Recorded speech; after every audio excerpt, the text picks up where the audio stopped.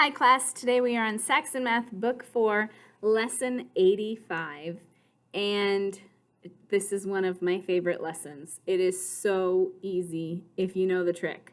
So I am first going to teach you Saxon's way of doing this, and then I'm going to tell you my trick. So you'll get both ways. You can decide which one you want to use, but for most of you, you guys are going to be sticking with Saxon next year and the year after, and your book is going to use this strategy first. So it's helpful to see it, it's helpful to know it. So multiplying times 10, they write it kind of funny. This is the Saxon strategy. They take the number you're multiplying, they put the 1 of the 10 in the ones place, and then they kind of have your 0 hanging out over there. And what they tell you is basically we're ignoring the 0, and we're saying, what is 123 times 1? Well, it's 123. And then they throw this 0. They just have you drop it at the end so that your answer is now 1,230. They do the same thing if you're multiplying times 100. They just leave both the zeros hanging off the end. And we do it the same way. We kind of ignore the zeros. What's 123 times 1? It's 123. And then they have you drop the zeros, put your comma in, and your answer is 12,300. They do the exact same thing if we're multiplying times 1,000. We've just got one more 0 there at the end. Ignore the zeros.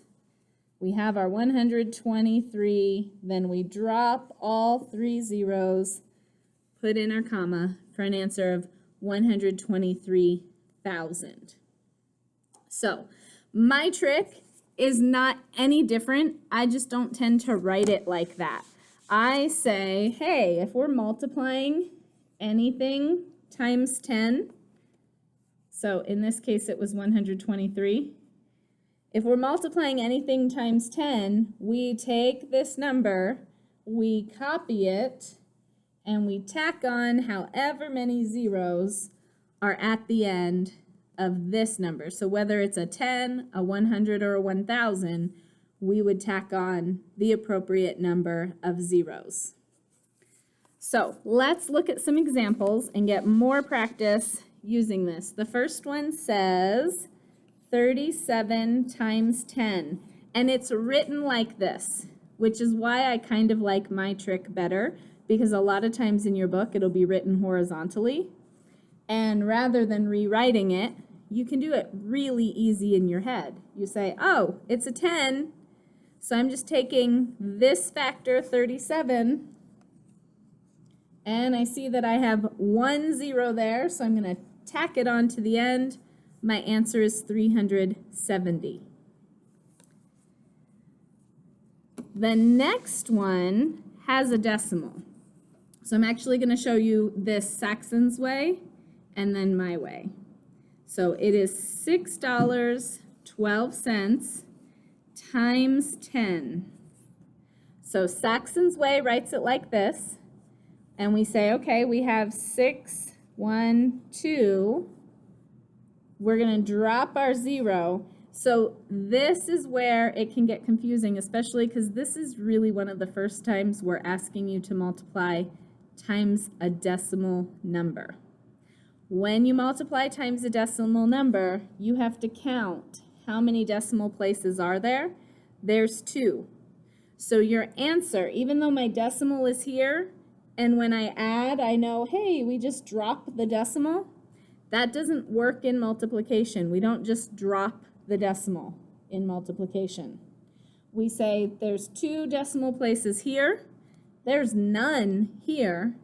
So my answer has to account for just these 2 places. So I start over here, I count 1, 2, and my decimal point is going to go right there between the 1 and the 2. So it was money, so our answer is $61.20. So here's my version of that same problem. We have $6.12 times 10. Okay, so typically the trick is we just tack on a 0, right? Well, that changes when we have a decimal point. Let me show it to you without the decimal point. What if we just had 612 times 10? Well, I'm going to write 612. Is there a decimal point in this number? Yeah, there is. Even though we don't typically write it, every whole number has an invisible decimal point right there after the ones place. So when I do my trick of tacking on a 0, what I'm doing is I'm taking this invisible decimal point right here and I'm moving it one position to the right. And that's why I have to fill in a 0.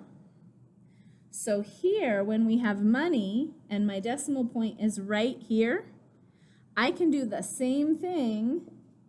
I'm going to take my decimal point and I'm going to move it one position to the right. So now I have $61 and I have 2 dimes. So I do still want to fill in my 0 since it's money. If it wasn't money, I wouldn't worry about that so much. But here's our answer. So when we're multiplying by a 10, we move the decimal point one place to the right. If we were multiplying by 100, there's 2 zeros, so we would move it 2 places to the right. And the same thing would work with decimals. We don't have an example like that right now, so I'm not going to show it to you. This next one may help you understand the money concept a little bit more, because this one is 45 cents times 1,000. But they wrote it like this. They didn't give it a decimal place. So our 45 is going to stay the same. We have 1, 2, 3 zeros, so I'm going to fill in 3 zeros. And I'm not just talking about 45, the number, I'm talking about 45 cents. So here I have 45,000 cents. You want to carry those pennies around? I don't. Let's turn this into dollars, right? So to turn it into dollars, we have to give it a decimal point 2 places over and a dollar sign. 45 cents times 1,000 is going to give us $450. Let's do the same thing, but start out with it written as a decimal. So remember, with decimal points, we move it to the right once for each 0. So here I have 3 zeros. So my 45 cents, I'm going to move it 1, 2, 3 places to the right. I have to fill a 0 in there. And so then I can see that my answer is $450. This is kind of confusing. If you are in my in-person class, you are going to get more practice with this skill with me. If you're not and you're like, oh my gosh, I do not know what Mrs. Duarte is trying to explain to me, please seek out your homeschool teacher and say, help me understand this lesson. It's a little tricky. Really only where the decimals are involved. So that's the end of my examples. We have some lesson practice problems. I'm going to write them down on the board behind me. Once I've got them all up, go ahead and pause the video, try them on your own, and then we will go over the answers together.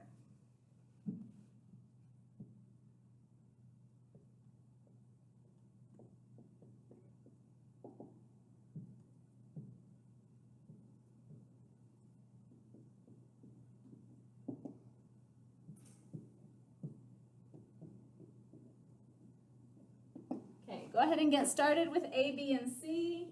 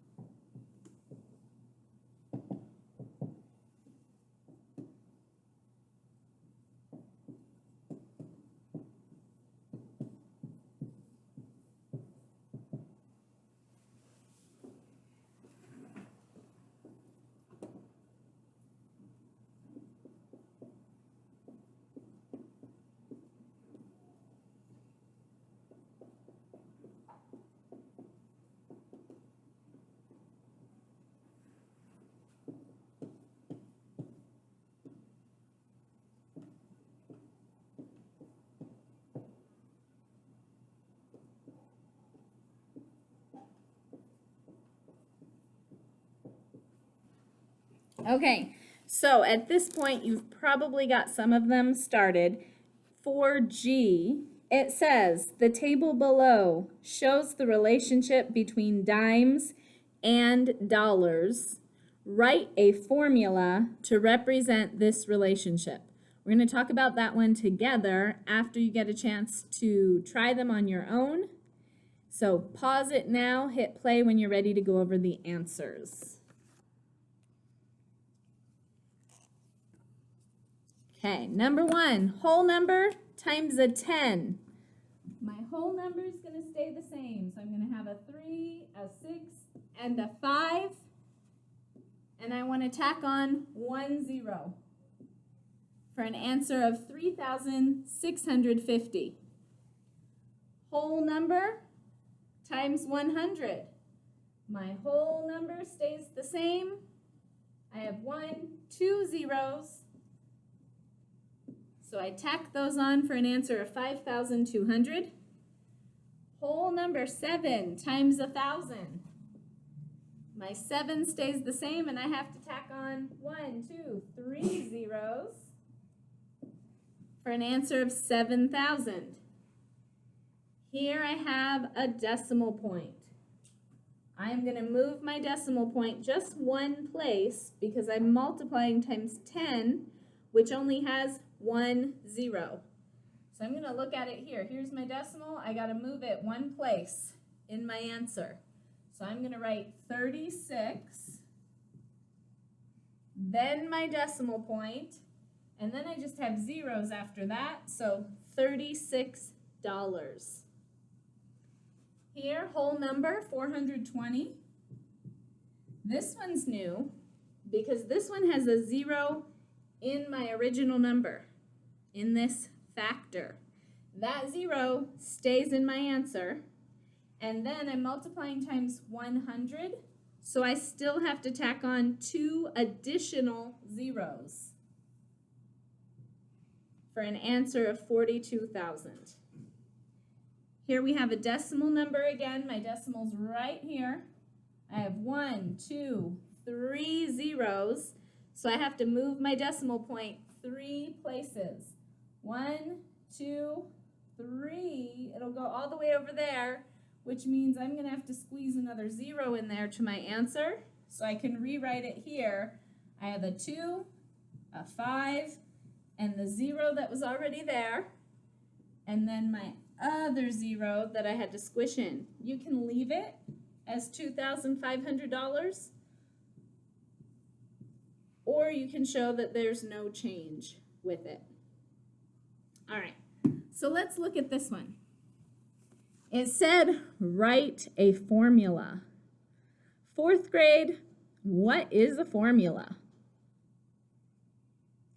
So a formula is basically just a math problem to figure out an answer.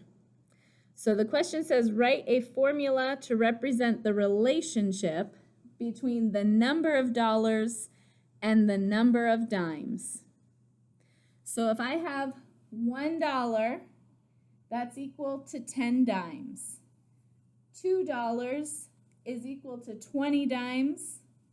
$3 is equal to 30 dimes, and so on, all the way to our chart, which says $5 is equal to 50 dimes. Well, what do I have to do to the number of dollars to figure out how many dimes it's equal to? Did you say times 10? Absolutely, that's correct. So what we want to take is the number, and I use this little hashtag. It's a hashtag now. When I was growing up, we used this as the symbol for number. So this means number in my shorthand as I'm writing. Number of, and I am going to write out dollars, number of dollars times 10 is going to equal number of dimes. So this is a formula, and what it means is if I plug in the number of dollars that I have, all I have to do is multiply by 10, and that will tell me the number of dimes it is equal to. All right, that is the end of our lesson today. Please begin your written practice, which starts on page 545 of your textbook. I hope you have a great day, and I'll see you soon.